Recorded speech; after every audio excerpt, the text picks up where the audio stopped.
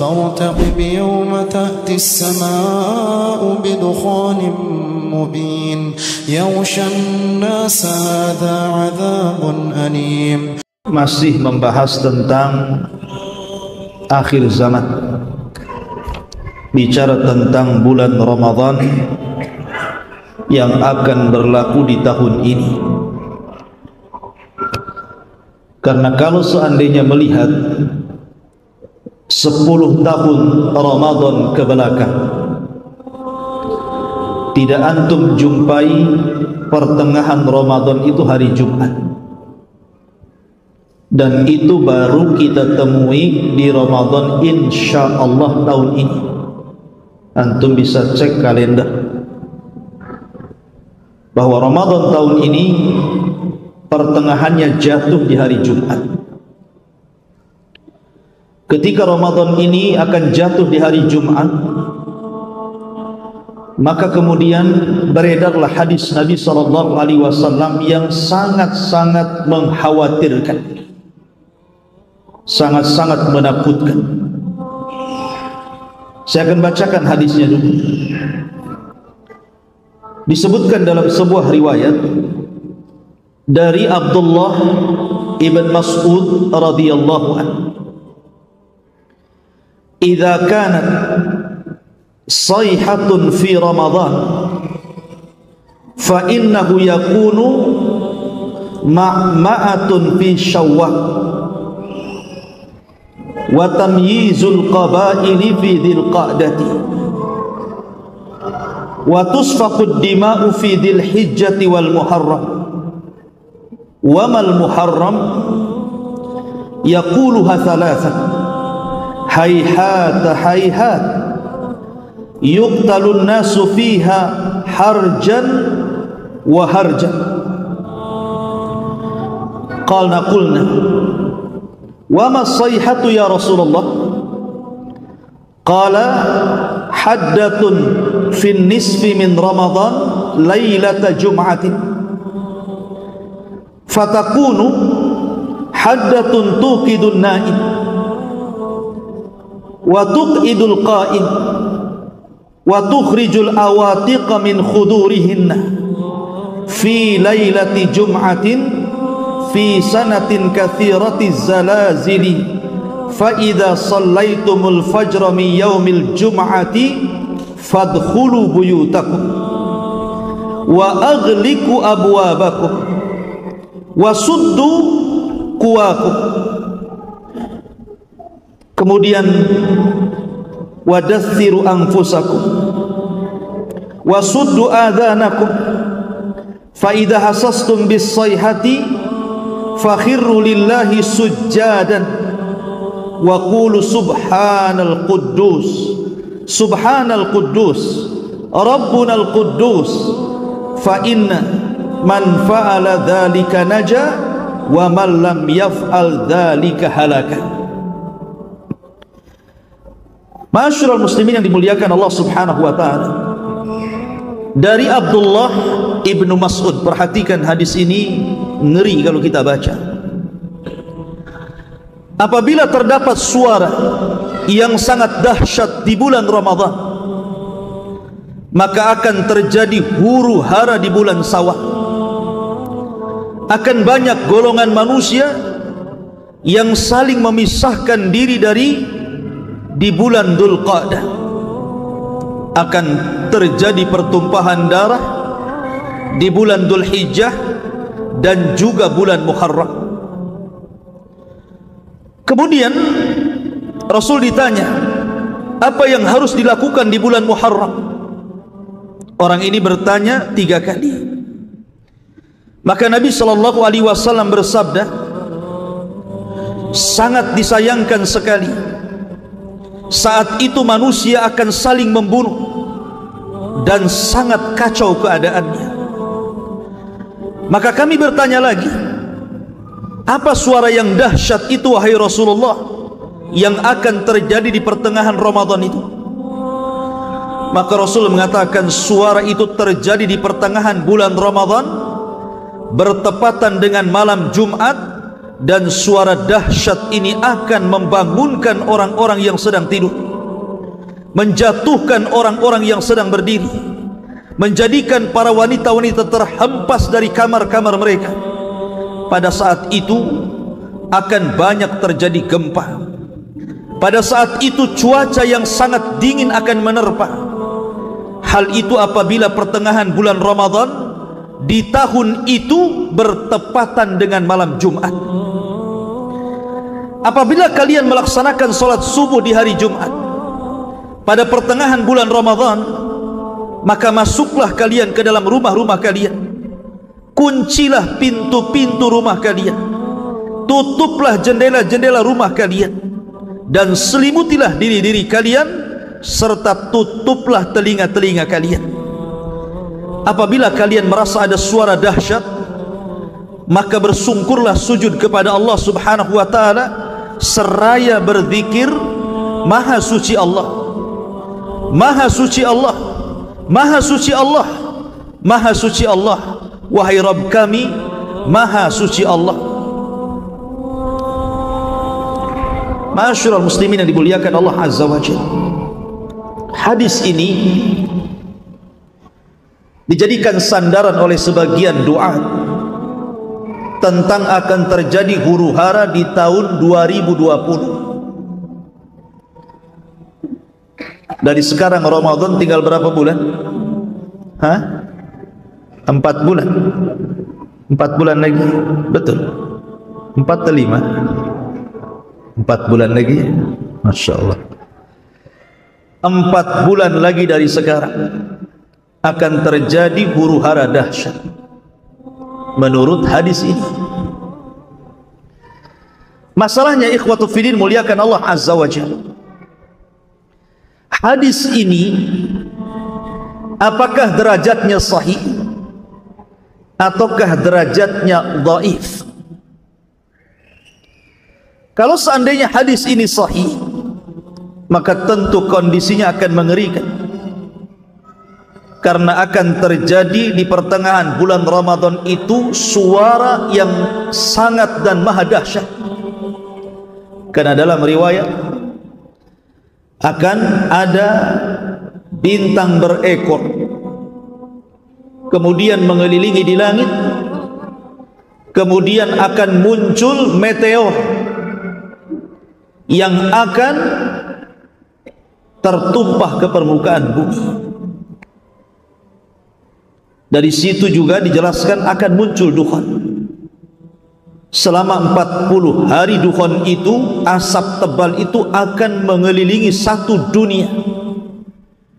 Dan ketika itu ilmu teknologi katanya sudah tidak akan berfungsi. Maka dari sekarang antum harus mengambil uang-uang antum sebelum ATM macet. Dari sekarang sudah harus mengumpulkan kurma dan makanan sebelum tidak ada yang jual kurma dan beras. Ngeri tidak? Ngeri. Masalahnya ikhwatu fiddin, hadis ini memang banyak beberapa redaksi yang mirip. Di antaranya hadis Abu Hurairah radhiyallahu an, kemudian juga hadis dari Fairuz Ad-Dailami, juga kurang lebih seperti ini redaksi. Bahwa di tengah pertengahan bulan Ramadan hari Jumat akan terjadi huru-hara yang luar biasa, dan itu akan berkepanjangan sampai bulan Dzulhijjah. Bulan Dzulhijjah itu bulan orang naik haji. Bahkan di bulan Muharramnya itu akan terjadi pembunuhan yang luar biasa. Mekah ini akan bertumpah darah katanya. Kira-kira nih mau haji tahun ini mikir atau mikir? Ma'asyiral muslimin yang dimuliakan Allah Azza wa Jalla, hadis ini tidak benar. Disebutkan oleh Imam Az-Zahabi rahimahullahu taala, hadis ini adalah hadis maudhu. Apa arti maudhu? Palsu. Dan juga Imam Ibnu Jauzi mengomentari juga hadis yang redaksinya sama tapi dari jalur Abu Hurairah. itu pun dikatakan haditsun maudhu'un an Rasulillah. Kata Ibnu Jauzi, hadis itu maudhu, palsu, mengatasnamakan kepada Nabi sallallahu alaihi wasallam. Kemudian juga dikatakan oleh Al-Uqaili rahimahullahu taala, seorang pakar hadis, dia mengatakan laisa li hadzal hadis aslun an thiqatin wala min wajhin sabitin. Kata Imam Al-Uqaili, hadis ini tidak ada asalnya dari seorang perawi yang dianggap terpercaya, bahkan dari segi yang tetap pun tidak ada sumbernya hadis ini. Bahkan dikatakan oleh Imam Hakim sahibul Mustadrak, huwa hadithun gharibul matani, hadis ini aneh matannya. Masyarul muslimin yang dimuliakan Allah, bahkan Syekh bin Baz rahimahullahu ta'ala juga mengomentari hadis ini dan mengatakan bahwa hadis ini adalah hadis yang batil. Dan Syekh Albani juga mengatakan hadis ini maudhu, palsu. Kalau sudah tahu derajat hadis ini, mestinya siapapun yang menceritakan tentang hadis ini kan harus menceritakan tentang derajat hadis, kan gitu. Jangan disampaikan begitu saja. Sebab kalau disampaikan begitu saja, ini akan mengkhawatirkan manusia. Bayangkan coba, sebentar lagi akan terjadi api yang akan menyala di mana-mana akibat meteor yang jatuh ke bumi. Kemudian akan terjadi kepulan asap yang menjadi duhan yang akan meliputi satu dunia, dan itu 40 hari. Kemudian akan terjadi pembunuhan di musim haji. Kemudian ditakut-takuti teknologi akan mati. Coba kalau teknologi mati, ikhwatu fiddin, kita ini setiap hari dihadapkan kepada teknologi, kan? Sekarang dokter-dokter di rumah sakit itu pakai apa? Alatnya pakai teknologi. Tukang ojek saja jadi Gojek, ya, pakai teknologi juga. Jadi semua bank-bank itu pakai teknologi, ATM pakai teknologi, semua pakai teknologi. Nah, kalau sebentar lagi tidak ada teknologi, apa ndak pusing manusia itu? Maka kalau seandainya betul-betul hadis ini sahih, ya memang sangat mengkhawatirkan. Sudah kewajiban kita untuk persiapan, kan begitu. Tapi rupanya hadis ini maudhu. Hadis ini maudhu, palsu. Jangan pernah disebar kecuali antum menyebutkan derajatnya. Hadis ini dhaif, hadis ini sahih, hadis ini hasan, gak apa-apa.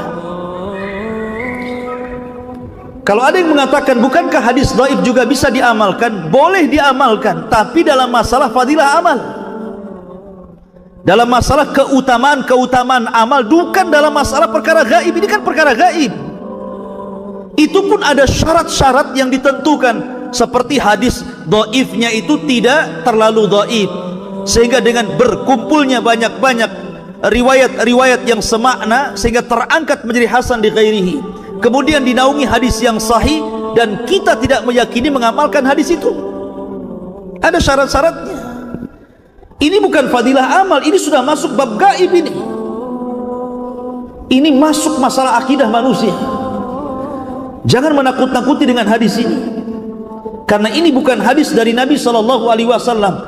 Yang saya khawatirkan adalah sabda Nabi sallallahu alaihi wasallam, man, barang siapa, kata Rasulullah, barang siapa yang menasabkan hadis kepada Nabi sallallahu alaihi wasallam dengan sengaja, apa kata Rasul? Maka dipersilahkan tempat duduknya di neraka. Nabi mengatakan, man kadzaba alayya muta'ammidan, barang siapa yang berdusta kepadaku dengan sengaja. Dia tahu hadis ini dhaif tapi disebarkan. Falyatabawa maq'adahu minan nar, silahkan seret tempat duduknya, masukkan ke dalam neraka. Karena berdusta kepada Rasul itu berbeda dengan berdusta kepada sesama kalian. Kata Rasul, al-kadhibu alayya laisa kakadzibin ala ahad. Berdusta atas namaku itu berbeda dengan berdusta kepada sesama kalian. Karena man kadzaba alayya muta'ammidan fal yatabawwa maq'adahu minan nar. Siapa yang berdusta kepadaku secara sengaja, silahkan tempat duduknya di neraka. Ma'asyiral muslimin, sering saya katakan, terkadang ada orang yang memprediksi dekatnya kiamat itu dengan beberapa hal. Contoh dengan melihatnya negeri Saudi yang subur. Ramai kan di YouTube itu, disorot dari atas, Saudi sudah subur hijau. Padahal yang disorot itu memang daerah-daerah subur. Contoh di daerah Taif. Kalau anda pernah di Saudi, kayak saya pernah hidup di Yaman, pernah belajar di Yaman. Saya pernah belajar di daerah Ib. Ib itu termasuk Thalajatul Yaman, daerah yang paling dingin di Yaman itu. Itu hijau. Di situ banyak kebun-kebun kot, daun-daun narkoba, mungkin kalau di kita ini ganja. Di sana namanya kot. Ya. Bahkan saya pernah hidup di Ma'rib, belajar di sana. Ma'rib itu gersah, tetapi bisa jadi subur dengan perairan. Di situ ada kebun jeruk, terkadang setahun sekali ada ditanami padi gandum karena diairi. Padang pasir disulap menjadi kebun gandum. Hijau, tapi sesaat saja gitu ya. Lah di Saudi itu, kalau di Taif itu memang dingin daerahnya. 10 tahun yang silam sudah hijau daerahnya.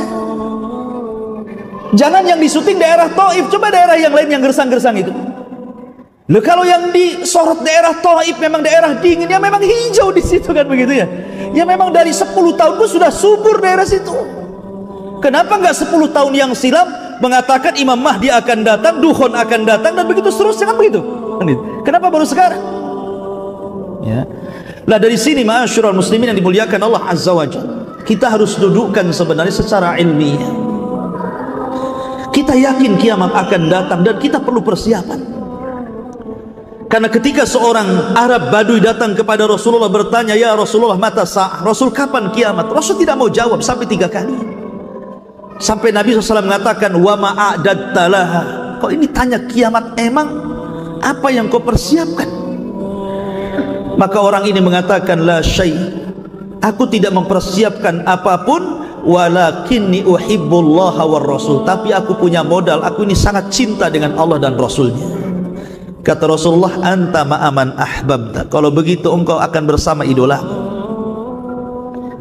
Sejak zaman dulu orang itu bertanya kepada para nabi tentang mata sa'ah, kapan kiamat. Nabi Nuh alaihi salatu wassalam ditanya oleh kaumnya, "Ya Nuh, kapan kiamat?" Nabi Ibrahim alaihi salatu wassalam ditanya oleh kaumnya, "Ya Ibrahim, kapan kiamat?" Nabi Musa ditanya oleh kaumnya, "Ya Musa, kapan kiamat?" Nabi Isa juga sama ditanya kaumnya, "Kapan kiamat?" Termasuk Rasul disibukkan oleh sebagian para sahabat tentang pertanyaan kapan kiamat. Semua dari dulu bertanya soal itu. Tapi kan gak kiamat-kiamat. Sebagaimana Nabi SAW ditanya langsung oleh malaikat Jibril lagi yang tanya, "Ya Muhammad, mata sa'ah?" Wahai Muhammad, kapan kiamat? Rasul mengatakan, "Mal mas'ulu anha bi'a'lam minas sa'il." Orang yang ditanya tidak lebih paham daripada orang yang bertanya. Artinya saya dan engkau itu tidak tahu kapan kiamat. Sudah dekatkah dia, masih jauhkah dia, wallahu a'lam. Itu urusan Allah. Tapi kalau terlalu jauh memprediksi, apalagi bersandar kepada hadis-hadis palsu, kemudian sampai tidak dijelaskan derajatnya hadis ini membahayakan, karena memprediksi sesuatu yang tidak ada. Baik, kita akan masuk kepada dukhon, karena hadis ini juga berkaitan dengan dukhon, asap yang tebal yang akan meliputi selama 40 hari bukan hanya satu Indonesia, satu dunia. Dan dukhon ini sangat membahayakan. Kalau bagi orang yang beriman sih, paling tinggi ngirup dukhon itu paling pilek, ya pusing-pusing sedikit. Tapi bagi orang kafir, kalau dia hirup dukhon itu akan keluar dari telinganya, asap itu akan keluar dari matanya, asap itu akan keluar dari hidungnya, asap itu akan keluar dari duburnya, bahkan saking panasnya akan membakar kepalanya. Nanti saya akan sebutkan riwayat-riwayatnya. Lah ikhwatu fiddin, dukhon ini bukan main-main. Ini termasuk alamah kiamat kubra, tanda-tanda kiamat besar, bukan tanda-tanda kiamat kecil. Kalau seandainya diprediksi kemudian Ramadan tahun ini kemudian akan terjadi dukhon, ingat, tanda-tanda kiamat besar itu kalau sudah datang tidak bisa dihentikan, tidak akan bisa dihentikan, dan akan terus seperti itu sampai kiamat dibangkitkan. Ma'asyiral muslimin yang dimuliakan Allah subhanahu wa ta'ala, pembahasan kita fokus kepada dukhon dan apakah tartib tanda-tanda kiamat itu sebagaimana yang masyhur banyak kemudian diceritakan di YouTube ataupun oleh sebagian ustaz diceritakan bahwa tanda-tanda kiamat besar yang pertama itu dukhon, kemudian Dajjal, kemudian turunnya Isa, dan begitu seterusnya. Kita akan jelaskan di sini sebenarnya tartibnya seperti apa. Ma'asyiral muslimin yang dimuliakan Allah subhanahu wa ta'ala, saya akan mengulas sedikit supaya ada murajaah sedikit. Sebagaimana tanda-tanda yang kita paham bahwa tanda-tanda kiamat itu terbagi menjadi berapa waktu kemarin di Jabal Arafah? 5. Tanda-tanda kiamat itu ada 5. Satu tanda-tanda kiamat yang sudah terjadi dan tidak mungkin terulang lagi. Contohnya diutusnya Rasulullah, wafatnya Rasulullah, terbelahnya bulan, wafatnya para sahabat Nabi SAW, kemudian kabar Rasul tentang peperangan di Siffin, perang antara Muawiyah dan kubu Ali radhiyallahu anhu, dan juga beberapa tanda-tanda kiamat kecil, dan ini tidak mungkin terulang, sudah terjadi dan tidak mungkin terulang. Kemudian yang banyak ini adalah tanda-tanda yang sudah terjadi dan akan terus terulang-ulang sampai hari ini. Seperti contohnya Fathu Baitul Maqdis, pembebasan Baitul Maqdis, itu pernah terjadi di zaman siapa? Umar ibn Khattab. Kemudian juga terjadi di zaman Salahuddin Al-Ayyubi. Kemudian nanti di akhir zaman akan dikuasai oleh Al-Imam Al-Mahdi, nanti di akhir zaman. Apakah di tahun 2020 Imam Mahdi muncul? Sudah saya jelaskan di Jabal Arafah, antum lihat YouTube Humairah Channel. Kemudian juga kematian yang mendadak itu akan terus terulang. Seperti apa kematian mendadak Ustaz? Seperti lagi tenang-tenang makan, tiba-tiba gempa, mati dia, ditimpa rumahnya. Tiba-tiba kena longsor, tiba-tiba ditabrak orang, itu mati mendadak namanya, nggak sempat persiapan ya. Dan itu akan terulang. Kemudian munculnya Khawarij. Sejak zaman terbunuhnya Utsman, kemudian muncul melembaga di zaman Ali radhiyallahu an. Khawarij itu akan ada sampai hari ini. Bahkan Rasul mengatakan yang terakhir Khawarij itu akan mengikuti Dajjal, dan itu akan terus terulang. Kemudian juga banyaknya peperangan, pembunuhan sesama kaum muslimin, gara-gara perkara kecil, bunuh-bunuhan. Bahkan yang lebih sadis, ada anak membunuh orang tua atau sebaliknya, padahal dia muslim atau muslimah. Kemudian juga diaul amanah, hilangnya amanah. Kemudian juga anak yang durhaka dengan orang tua. Kemudian orang berlomba-lomba membangun bangunan tinggi-tinggi.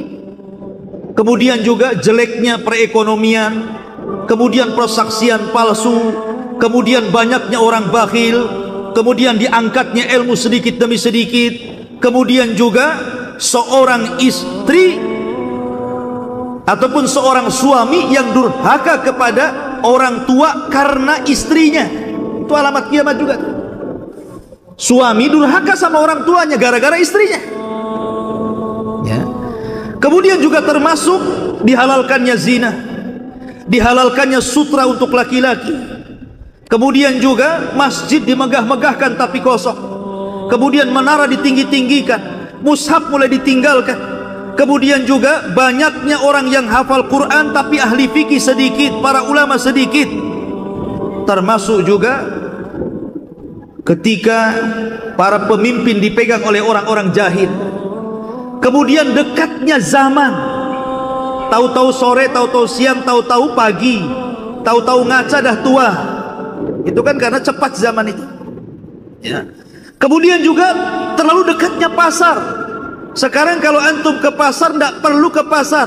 Mau pesan apa? Pizza di rumah sudah ada aplikasinya, datang tuh tinggal bayar, ya.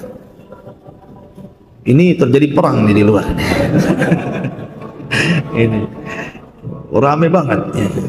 Kemudian juga banyaknya dusta, banyaknya gempa, kemudian juga banyaknya gerhana, kemudian banyaknya perempuan, perempuan menyerupai laki-laki, laki-laki menyerupai perempuan, dan banyaknya fitnah di mana-mana. Ini tanda-tanda akan terulang-ulang tuh yang seperti ini. Kemudian yang ketiga, ada alamat yang belum terjadi, dan itu mendekati kepada kiamat besar, mendekati kepada tanda-tanda kiamat besar. Seperti contohnya apa? Munculnya Imam Mahdi, dikuasainya Baitul Maqdis dan akan menjadi pusat kekuatan kaum muslimin. Kemudian fitnah Ahlas, dan sudah saya jelaskan di sini, fitnah Sarrah, fitnah Duhaimah. Kemudian juga pertolongan kepada kaum muslimin yang kemudian akan dimenangkan ketika perang di Malhamatul Kubra. Termasuk juga pohon, batu akan bicara, bertasbih. Dan ini belum terjadi, dan nanti akan terjadi. Kemudian yang keempat, ataupun seperti Malhamatul Kubra, itu pun tanda-tanda kiamat. Kemudian juga manusia kembali ke panah, ke pedang, ke tombak, gitu ya. Kemudian juga apanya, kembalinya khilafah nubuah di tangan Al-Mahdi, itu juga tanda-tanda kiamat. Termasuk juga kembalinya orang Arab menyembah berhala. Termasuk juga disebutkan oleh sebagian para ulama, di mana seseorang sudah susah untuk bersedekah. Lah ini tanda-tanda kiamat belum terjadi. Kalau susah bersedekah, oh banyak orang penerima sedekah ya. Yang sedekah sekarang yang enggak ada. Ada tanda-tanda kiamat kecil itu, dia berada di tengah-tengah tanda-tanda kiamat besar. Dan itu yang keempat, seperti penghancuran Ka'bah yang sudah saya sebutkan oleh siapa? Dzu Suwaiqataini, seorang laki-laki dari Ethiopia.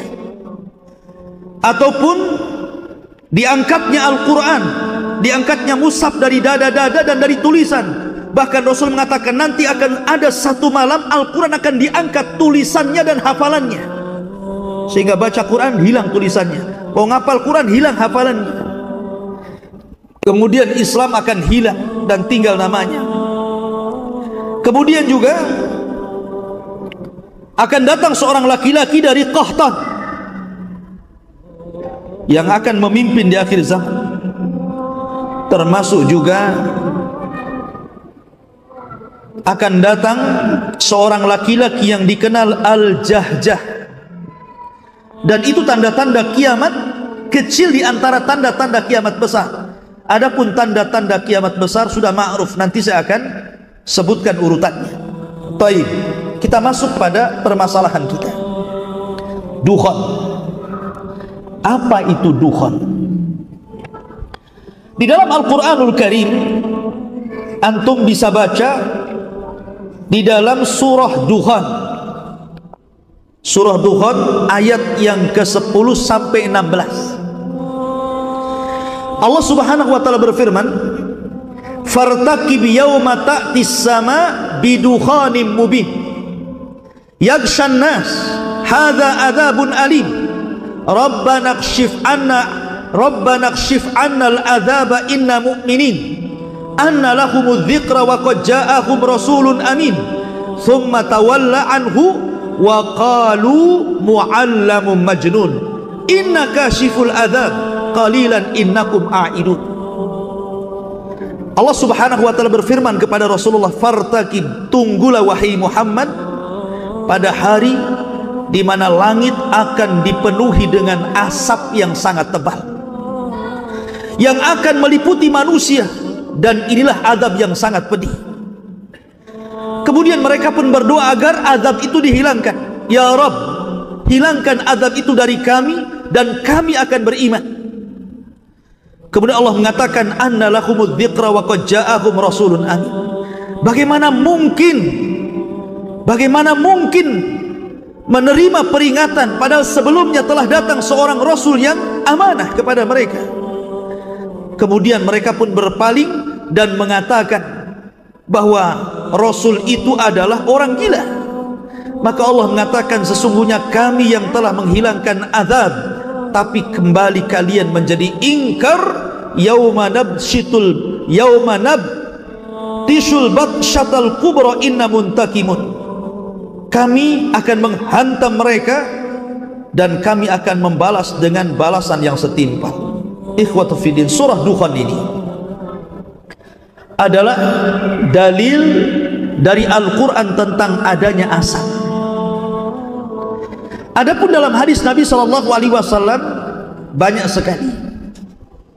Di antaranya adalah hadis Abu Hurairah radhiyallahu anhu. Nabi SAW bersabda, "Badiru bil a'mali sittan." Segeralah kalian beramal sebelum datang 6 perkara. Yang pertama, tulu'us syamsi min maghribiha, terbitnya matahari dari arah barat. Yang kedua, dukhan. Nah, di sini disebutkan dukhan. Yang ketiga, dajjal. Yang keempat, dabbah, binatang yang melata yang bisa bicara ataupun sesuatu yang khusus ataupun yang umum bagi kalian. Kemudian hadis yang kedua, hadis Hudzaifah. Suatu ketika para sahabat sedang bincang-bincang tentang kiamat. Rasul berkata, "Sedang bincang-bincang apa kalian?" Maka mereka mengatakan, "Ya Rasulullah, kami sedang berbincang-bincang tentang kiamat." Maka Rasul mengatakan, "Kiamat tidak mungkin tegak sampai kalian melihat 10 perkara yang merupakan tanda-tanda kiamat besar." Kemudian disebutkan yang pertama dukhan, yang kedua dajjal, yang ketiga dabbah, yang keempat terbitnya matahari dari barat, yang kelima turunnya Isa bin Maryam, yang keenam Ya'juj dan Ma'juj, yang ketujuh terjadi gempa dari arah timur, terjadi gempa dari arah barat, terjadi gempa di Jazirah Arab, dan yang terakhir yang ke-10, manusia akan digiring oleh api yang berasal dari negeri Hijaz ataupun Aden, Yaman. Ini 10 tanda-tanda kiamat besar. Nanti saya akan sebutkan tertibnya. Di dalam hadis Hudzaifah ini ada 10 perkara. Pertama dukhan, yang kedua dajjal, yang ketiga dabbah, yang keempat tulu'us syamsi min maghribiha, terbitnya matahari dari arah barat, yang kelima turunnya Isa bin Maryam, kemudian yang keenam Ya'juj dan Ma'juj, yang ketujuh gempa dari arah timur, yang kedelapan gempa dari arah barat, yang kesembilan gempa di Jazirah Arab, dan yang ke-10 keluarnya api yang menggiring manusia ke tempat berkumpulnya mereka di Syam. Itu namanya tanda-tanda kiamat besar. Ada 10 ini. Kemudian juga disebutkan dalam hadis yang lain, Hadis yang dikeluarkan Imam Ibnu Jarir dan At-Tabrani dengan sanad yang baik, inna rabbakum anzarakum salasa, Rabb kalian telah memberikan peringatan kepada kalian tentang 3 perkara. Yang pertama, dukhan yang akan mengambil seorang mukmin seperti pilek, tetapi ya'khudul kafir.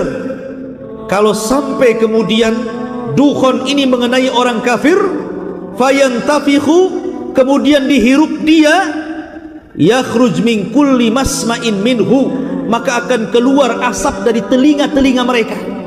Dalam riwayat dari hidung mereka, dari mata mereka, bahkan dalam riwayat dari dubur mereka. Bahkan dalam riwayat bahwa apabila asap itu melanda mereka, maka kepala-kepala mereka akan terbakar. Sampai sedemikian.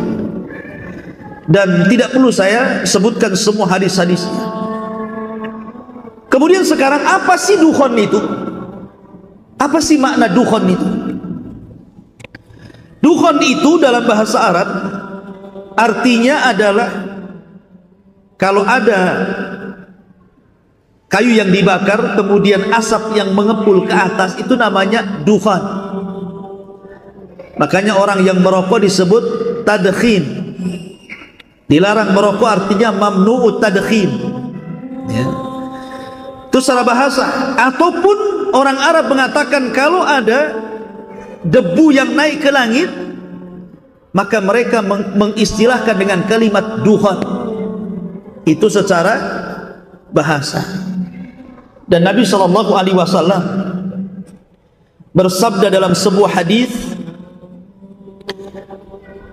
dari Ibnu Mas'ud radhiyallahu an, khamsun qad madaina. Kata Abdullah bin Mas'ud radhiyallahu an, 5 perkara sudah berlalu dari kita. Yang pertama al-lizam, yang kedua ar-rum, yang ketiga batsyah, yang keempat al-qamar, dan yang kelima dukhan. Pertama lizam, artinya lizam itu kehancuran bagi orang-orang kafir di badan. Dan Allah mengatakan faqad kadzabtum fasawfa yakunu lizama. Kemudian yang kedua Rum, maksudnya adalah Romawi yang mengalahkan Persia, yang sebelumnya Persia mengalahkan Romawi.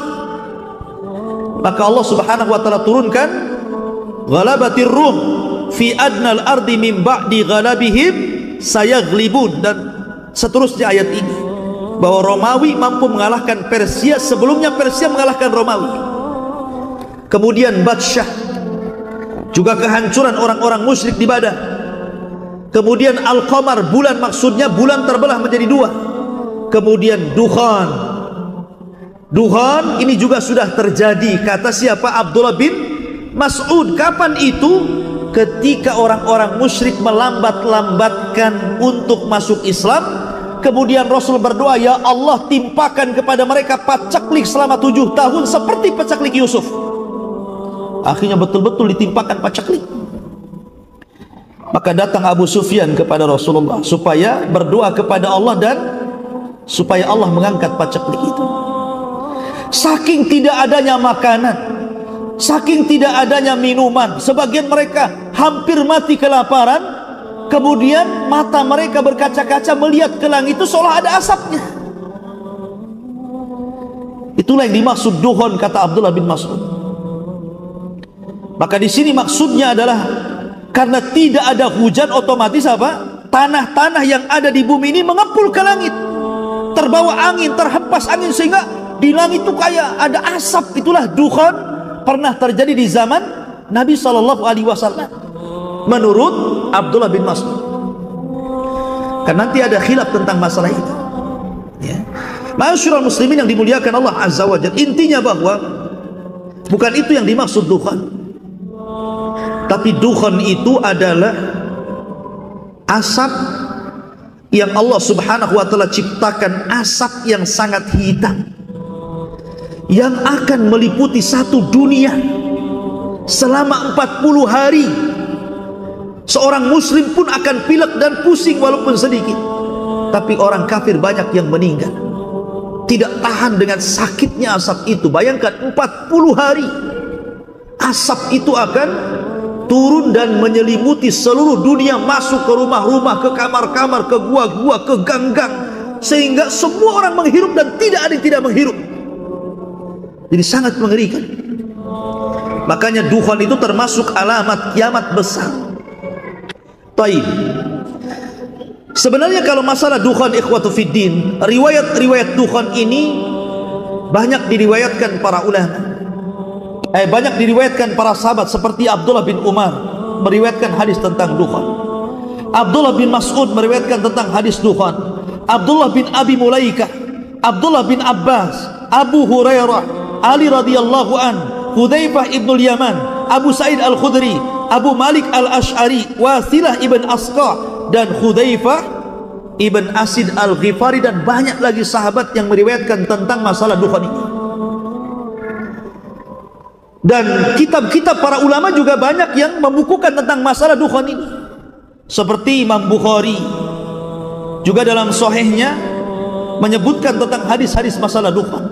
Imam Muslim termasuk juga menyebutkan di dalam kitabnya bab tentang Kitabul Fitan wa Asrati Sa'a, itu menyebutkan hadis tentang masalah dukhan.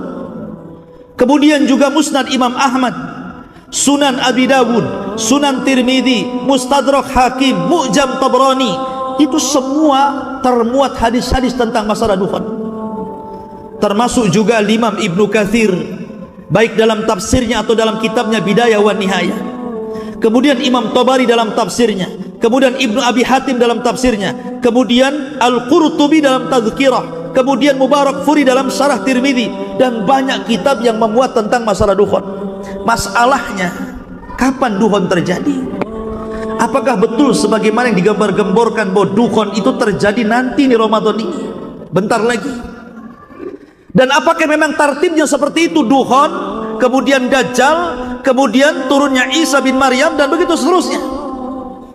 Ikhwan, tidak ada hadis yang menjelaskan tentang tartib, karena hadis itu redaksi ke redaksi itu ada yang dimulai dukhan, ada yang dimulai bukan dukhan. Yang dimulai dengan dukhan saja pakai kalimat dzakarah, menyebutkan, artinya Rasul tidak menyebutkan tartibnya seperti itu. Lalu siapa yang menyusun pertama dukhan, kedua Dajjal, ketiga Isa? Siapa? Kok muncul tartib seperti itu? Ini semua kembali kepada ijtihad para ulama. Kalau ijtihad para ulama berarti bisa benar bisa salah, karena Rasul tidak menyebutkan 1, 2, 3, 4, 5 1 dukhan. Enggak. Memang ada yang seperti itu, tapi dalam riwayat yang lain tidak disebutkan. Kenapa tidak disebutkan semua riwayat dukhan dulu? Kalau memang dia nomor 1, ada memang riwayat dukhan pertama, tapi tidak semua riwayat meletakkan dukhan pertama. Ada yang meletakkan Dajjal pertama, ada yang mengatakan tulu'us syamsi min maghribiha pertama, gitu ya. Jadi tidak bisa kita pastikan mana duluan. Tetapi saya akan mengambil pendapat yang paling cantik dalam ini, pendapat Imam Ibnu Hajar. Imam Ibnu Hajar pengarang kitab Fathul Bari, syarah daripada Sahih Al-Bukhari. Siapa yang tidak kenal Al-Hafidh Ibnu Hajar Al-Asqalani, pengarang kitab Bulughul Maram? Banyak karyanya. Apa kata beliau? Tanda-tanda kiamat besar itu terbagi menjadi 3. Tanda-tanda kiamat besar terbagi menjadi 3. Ada tanda-tanda yang menyebar di bumi, ada tanda-tanda yang menyebar di langit, dan ada tanda-tanda yang menunjukkan hanya beberapa langkah kepada terjadinya kiamat besar. Adapun tanda-tanda yang awal, kata beliau, tanda-tanda awal yang akan merubah tatanan bumi. Pertama, keluarnya Dajjal. Kemudian turunnya Isa, kemudian keluarnya Ya'juj dan Ma'juj, kemudian terjadi 3 gempa.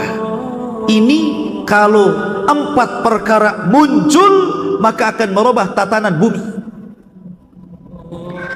Yang kedua, tanda-tanda yang akan merubah tatanan langit dari tanda-tanda kiamat besar.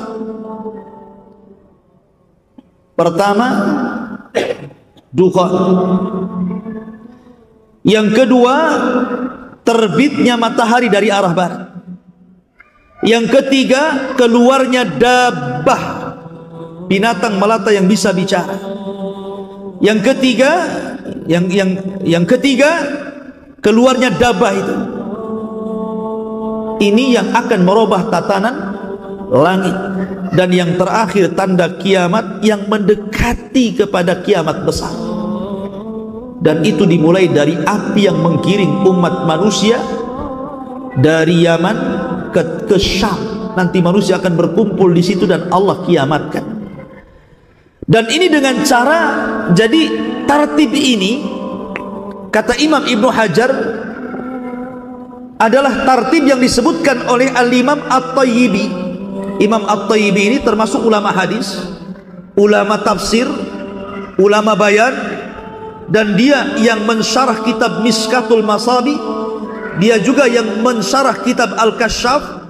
Dia juga memiliki khulasah dalam usulul hadis. Memang ulama besar. Dan itu disebutkan oleh Al-Imam Ibnu Hajar rahimahullahu ta'ala. Jadi posisi dukhan itu di tengah, bukan di awal.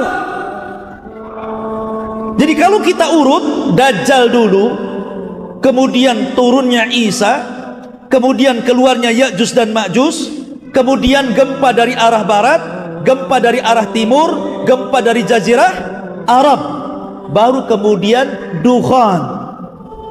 Setelah itu terbitnya matahari dari arah barat.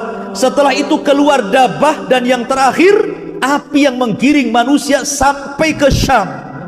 Begitu tartibnya. Kenapa jadi dukhan dulu? Ini tartib ulama. Lah yang ini saja ijtihad ulama ini. Karena dalam masalah tartib ini ulama sangat dahsyat perselisihannya. Tidak bisa diprediksi ini yang pertama, ini yang kedua, ini yang ketiga. Semua punya prediksi masing-masing, punya tartib masing-masing maksudnya. Jadi jangan kemudian seolah-olah pasti akan terjadi dukhan di tahun 2020. Ya memang ada sebagian orang yang memastikan, ada yang kemudian tidak memastikan. Yang tidak memastikan dari segi bahasa seolah-olah memastikan masalahnya, kan begitu ya. Bahasa retorikanya itu seolah-olah memastikan, padahal dia sudah ngomong ya mudah-mudahan prediksi dia salah, tapi habis itu kemudian menakut-nakuti manusia. Begini, begitu, begini, harus kumpulkan kurma 1 tahun, nanti kalau kelaparan kan sudah banyak kurma katanya. Ikhwatu fiddin, ini perkara gaib ya. Ini bukan perkara-perkara enteng, ini perkara keyakinan. Ma'asyiral muslimin yang dimuliakan Allah Azza wa Jalla. Adapun tentang masalah perselisihan dukhan, pertama, ulama mengatakan bahwa dukhan itu sudah pernah terjadi. Dukhan itu pernah terjadi. Kapan? Di zaman Nabi SAW, dan itu adalah pendapat siapa? Pendapat dari Abdullah bin Mas'ud. Sudah terjadi dukhan itu. Dan pendapat Abdullah bin Mas'ud ini dikuatkan oleh Imam Ibnu Jarir At-Tabari. Dia kuatkan pendapat Ibnu Mas'ud ini bahwa dukhan sudah terjadi dan tidak mungkin ada lagi. Sebagaimana hadis Nabi SAW, perkataan Abdullah bin Mas'ud yang tadi saya katakan, ada 5 perkara yang sudah berlalu, salah satunya dukhan. Kemudian pendapat yang kedua, dan ini pendapat kebanyakan atau mayoritas para ulama salafan wa khalafan, baik ulama salaf atau ulama yang khalaf yang sekarang, seperti dahulu Ali bin Abi Thalib, kemudian Abdullah bin Abbas, kemudian Abu Sa'id Al-Khudri, dan ini juga dikuatkan oleh Al-Hafidh Ibnu Katsir. Abdullah bin Umar juga berpendapat seperti ini ya. Dukhan itu kata mereka, annad dukhan huwa minal ayatil muntadharah allati lam ta'ti ba'd. Dukhan itu adalah tanda-tanda dari tanda-tanda kiamat besar yang belum terjadi. Kapan terjadinya? Nanti sebelum matahari terbit dari arah barat, bukan dari permulaan. Ya. Ini pendapat yang kedua. Pendapat yang ketiga menggabungkan dua pendapat ini, bahwa dukhan itu ada dua. Ada dukhan yang sudah terjadi di zaman Rasul, dan ada dukhan yang merupakan tanda-tanda kiamat, dan itu akan terjadi nanti. Dan ini adalah pendapat An-Nawawi, kemudian Imam Qurtubi dalam tafsirnya, dan juga At-Tabari juga menguatkan pendapat ini. At-Tabari punya dua kata-kata. Dia menguatkan pendapat Abdullah bin Mas'ud, dan juga dia menguatkan pendapat ini. Ma'asyiral muslimin yang dimuliakan, tetapi yang rajih wallahu a'lam, bahwa dukhan itu belum terjadi. Kali ini maksud tanda-tanda kiamat besar belum terjadi.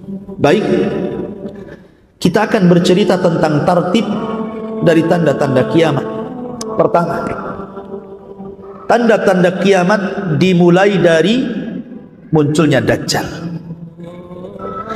Tidak ada satupun nabi melainkan pasti akan memperingatkan umatnya akan kemunculan Dajjal.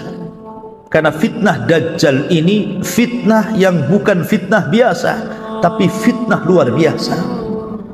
Memfitnah setiap agama manusia, awalnya mengaku nabi dan akhirnya mengaku Tuhan.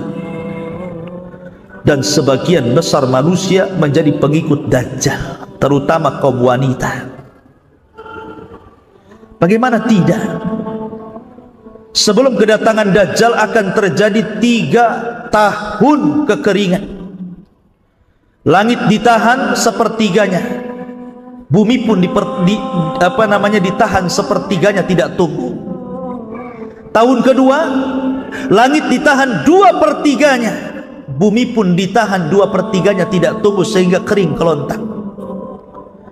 Kemudian yang ketiga, tahun ketiga, seluruh langit ditahan dan bumi pun ditahan, semuanya tidak tumbuh. Manusia kelaparan. Disitulah Dajjal muncul.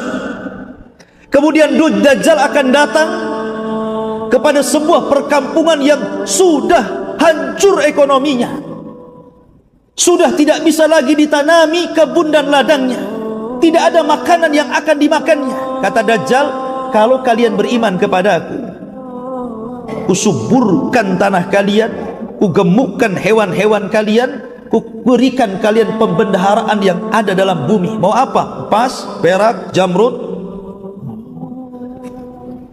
Gimana orang tidak kufur saat seperti itu? Jangankan saat-saat seperti itu, ada gempa tsunami saja, datang orang Nasrani, datang orang yang hendak memurtadkan orang, hanya diberikan 1 karung beras, 1 pakaian, suruh murtad mau kadang-kadang. Ini jelas-jelas ini kondisinya kan begitu ya. Ya pasti akan menyangka Dajjal itu Tuhan. Kata Dajjal hujan, hujan.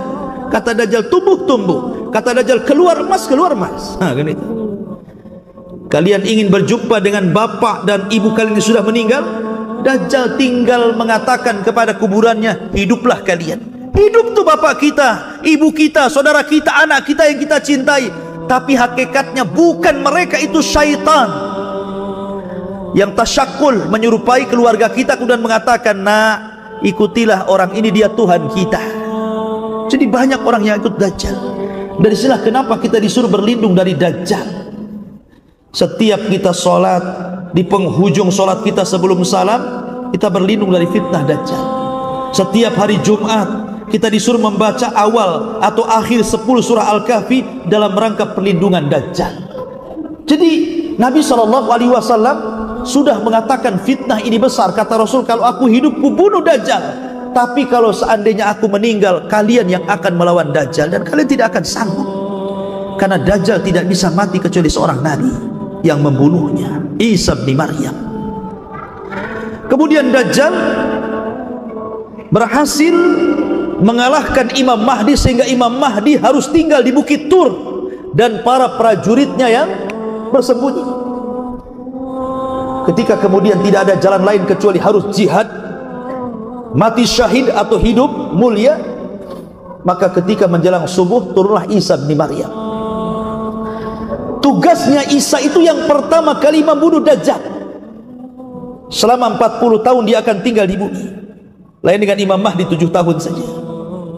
Tugas pertama membunuh Dajjal.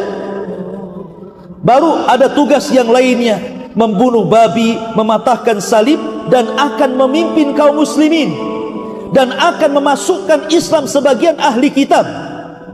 Wa in min ahlil kitab illa la yu'minan nabihi qabla mautihi. Dan sebagian ahli kitab itu akan beriman kepada Islam sebelum kematian Isa. Dan Isa akan memimpin kaum muslimin setelah meninggalnya Imam Mahdi.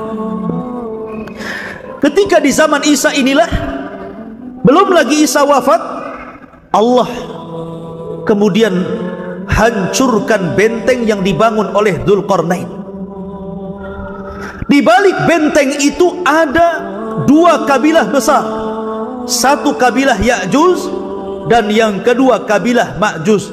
Jumlah mereka banyak. Satu di antara kita 999 dari mereka. Banyak.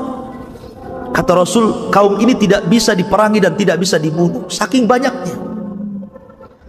Sehingga kemudian banyak orang-orang yang di luar rasnya dibantai, dibunuh dan dimakan. Kanibal. Sampai merasa bahwa dia sudah membunuh di luar rasnya, tidak ada satupun hidup. Orang-orang yang hidup di bumi, dia sombong kemudian menatap langit dan mengatakan, qatalna man fil ardi sanaqtuluhu man fis sama. Kami sudah membunuh semua orang yang ada di bumi, kau juga ya yang di langit kami akan bunuh juga, katanya. Maka mereka mengarahkan tombak, panah, lembing, dilempar. Wa makaru makran wa makarna makran wallahu khairul makirin. Mereka hendak membuat makar, Allah pun buat makar. Panah mereka disedot sampai tidak kelihatan di balik awan. Kemudian dikembalikan lagi seolah-olah ujungnya sudah berlumuran darah. Pada Allah sengaja membuat itu, tidak ada orang yang mati. Maksudnya tidak ada makhluk yang mati di langit. Tapi mereka makin sombong, seolah-olah sudah membinasakan orang yang di langit. Maka disitulah Allah tampakkan kekuatannya. Allah kirim satu makhluk kecil namanya Naghaf, ulat, masuk di tengkuknya, satu mati-mati semua. Gitu. Allah kok dilawan? Mana ceritanya? Siapa yang bisa melawan Allah?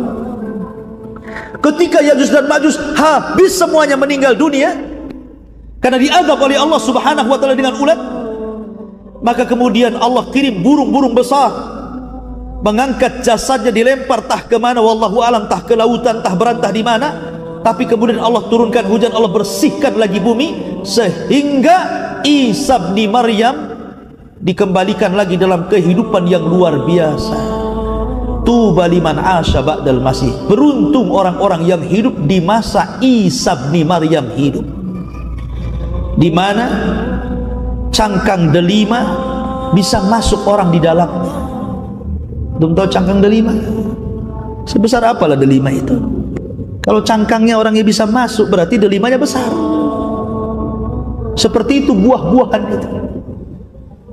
Berarti kalau buah durian antum bisa tidur tuh di cangkangnya itu. Artinya bahwa itu barokah, betul-betul barokah. Dikembalikan lagi bumi itu sebagaimana aslinya, berkah di mana-mana. Sampai Isa bin Maryam kemudian meninggal dunia.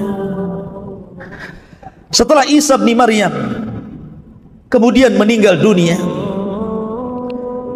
maka kemudian manusia kembali, sebagian mereka kufur dan sebagian mereka tetap beriman. Lah ketika itu orang dihebohkan karena di daerah yang sangat jauh nun di sana, di daerah barat, Hashfun bil Masyriq, di daerah timur, rupanya Allah Subhanahu wa taala kirim gempa, bukan hanya menghancurkan satu desa. Kayak Lombok itu kan satu kabupaten tuh, jadi bubur tuh. Ini bisa menghancurkan satu negara. Dari timur terdengar ada gempa satu negara rata. Maka Orang pun heboh dengan berita tentang ada gempa yang bisa menghancurkan negara-negara. Baru saja mereka mendengar di arah timur itu terjadi gempa yang dahsyat, dari barat pula mereka mendengar bahwa sama di barat juga terjadi gempa hebat sehingga menghancurkan negara-negara. Setelah itu rupanya di Jazirah Arab pun terjadi gempa di mana-mana, satu dunia, sehingga orang kemudian kesulitan tempat tinggal, kesulitan ekonomi, keadaan mereka miskin. Mulailah kemudian mereka semakin jauh, maka sebagian mereka semakin kufur, tapi ada juga yang masih istiqamah di situ. Maka dalam kondisi seperti itu, tiba-tiba Allah mengingatkan mereka agar mereka tobat. Fartaqib yauma ta'tis sama' bidukhanin mubin. Di sini letak dukhan, bukan di awal. Di sini letak dukhan. Allah tiba-tiba mengirimkan dukhan, satu dunia gelap dengan asap. Asap ini masuk ke rumah, ke gang, ke gua, ke jalan. Tidak ada satupun kecuali menghirup dukhan. Setiap hari banyak orang yang meninggal gara-gara menghirup dukhan ini. Ma'asyiral muslimin yang dimuliakan Allah Subhanahu wa ta'ala, akhirnya mereka pun mulai sadar mereka sudah jauh dari Allah Azza wa Jalla. Mereka berdoa, Rabbana kshif anna al-azab inna mu'minun. Ya Allah, ini orang-orang yang ahli maksiat ini berdoa, ya Allah, angkatlah azab ini, angkatlah asap ini, kami berjanji akan beriman. Akhirnya Allah Subhanahu wa ta'ala pun mengangkat azab itu. Hanya 40 hari saja dukhan itu, tapi sudah banyak orang mati, sudah banyak terbakar kepalanya, terpanggang seperti kepala ikan. Maka ketika dukhan, sebenarnya dukhan itu alamat terakhir bagi orang yang ingin bertobat. Karena setelah ini akan muncul alamat di mana orang sudah tidak diterima lagi tobatnya. Harusnya ketika dukhan itu dihilangkan Allah Subhanahu wa ta'ala, yang tadinya berzina berhenti berzina, yang tadinya minum khamar berhenti minum khamar, yang tadinya nyembah berhala, berhalanya dibuang, bertobat kepada Allah Subhanahu wa ta'ala. Setelah hilang azabnya, kufur lagi sebagian orang itu. Maka ketika di malam hari yang sangat dingin, semua manusia tidur. Ketika datang di waktu subuh, orang-orang yang beriman bangun sebagaimana kebiasaan mereka sholat subuh. Tapi orang-orang kafir munafik terlelap tidur. Baru mereka terbangun di jam-jam yang sudah lewat sholat subuh. Tapi langit masih gelap, seperti gerhana matahari total. Ditunggu sampai duhur, tidak ada juga matahari muncul. Ditunggu sampai asar, tidak muncul juga. Ditunggu sampai maghrib, tiba-tiba matahari harusnya tenggelam, tiba-tiba muncul dari arah barat. Di sini Allah Subhanahu wa ta'ala menutup pintu tobat. Yauma ya'ti ba'du ayati rabbi, pada hari di mana nanti akan datang tanda-tanda kuasa Allah Subhanahu wa ta'ala, maka tidak akan bermanfaat lagi. La yanfa'u nafsun iman, maka jiwa tidak lagi bermanfaat keimanan sama sekali. Baik yang sebelumnya tidak beriman atau sudah beriman tapi belum beramal soleh, kata Allah, tidak bermanfaat lagi. Kalau sudah terbit matahari dan ada yang mengatakan 1 hari, ada yang mengatakan 2 hari, ada yang mengatakan 3 hari, maka semua manusia menangis. Kenapa menangis? Para dai berhenti berdakwah, para ustadz berhenti mengajar, orang-orang yang minum khamar berhenti mabuk, orang yang berzina berhenti berzina. Karena mereka tahu apapun yang mereka lakukan, sekalipun mereka tobatan nasuha sesuai dengan syarat-syarat tobat, tidak bermanfaat keimanan mereka di hadapan Allah. Ketika itulah selang 1-2 hari muncul binatang yang disebut dengan dabatun minal ard. Binatang besar dalam hadis dhaif membawa tongkat dan stempel Sulaiman. Tongkat Nabi Musa dan stempel Sulaiman. Kalau tongkat Nabi Musa dipukulkan kepada orang kafir di hidungnya, gosong dia. Kalau stempel Sulaiman di stempel di dahinya, bercahaya dia. Hadis ini dhaif. Ya. Kemudian setelah itu manusia terbedakan mana mukmin mana kafir. Quran diangkat, Islam tinggal namanya. Tidak ada yang mengenal syariat Islam, tidak sholat, tidak zakat. Mereka mengucapkan la ilaha illallah pun karena mendengar bapak moyang mereka mengucapkan kalimat itu. Ketika sudah tidak ada sholat, tidak ada haji, tidak ada apa-apa, apa yang diharapkan di dunia ini? Maka setelah itu apa yang terjadi? Maka tiba-tiba Allah kirim api dari arah Aden atau Hijaz, yang kalau di malam hari api terdiam, tapi di siang hari api itu menggiring sampai manusia tepat berdiri semua di padang yang disebut dengan Syam. Syam, negeri di mana manusia akan berkumpul di situ. Ketika itulah Rasul mengatakan la taqumus sa'ah illa ala syiraril khalqi. Tidak tegak hari kiamat kecuali akan ditimpakan kepada manusia yang paling buruk. Karena sebelum ini terjadi Allah akan kirimkan angin. Angin yang sangat dingin yang akan menerpa ketiak-ketiak orang-orang yang walaupun dalam hatinya memiliki sebiji dzarah keimanan, meninggal. Sehingga orang-orang yang beriman tidak pernah merasakan tiupan sangkakala pertama Israfil. Yang akan merasakan tiupan sangkakala Israfil itu adalah orang-orang kafir. Dan yang pertama kali mendengar tiupan itu adalah seorang laki-laki yang sedang memperbaiki bak minum untuk untanya. Tiba-tiba jatuh mati, disusul dengan orang yang di pasar, di jalan-jalan, kemudian di rumah-rumah.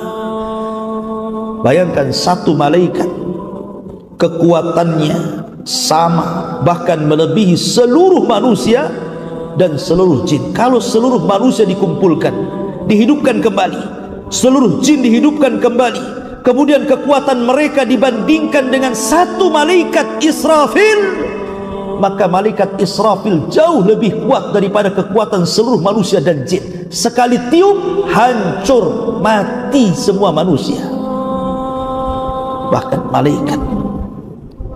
Makanya Nabi SAW pernah tidak enak minum, tidak enak makan. Ditanya kenapa Rasul? Kata Rasul, bagaimana aku akan enak makan, tidur, sementara aku memikirkan Israfil sudah siap meniupkan trompetnya, memandang matanya ke arah, siap diperintah Allah Subhanahu wa ta'ala.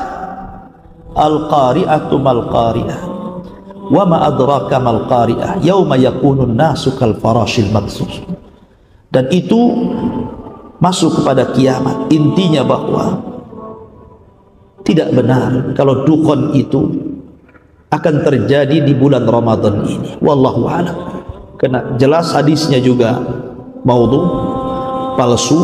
Kemudian tartib ulama juga, ada yang mengatakan di awal, ada yang mengatakan di tengah, ada yang mengatakan di akhir.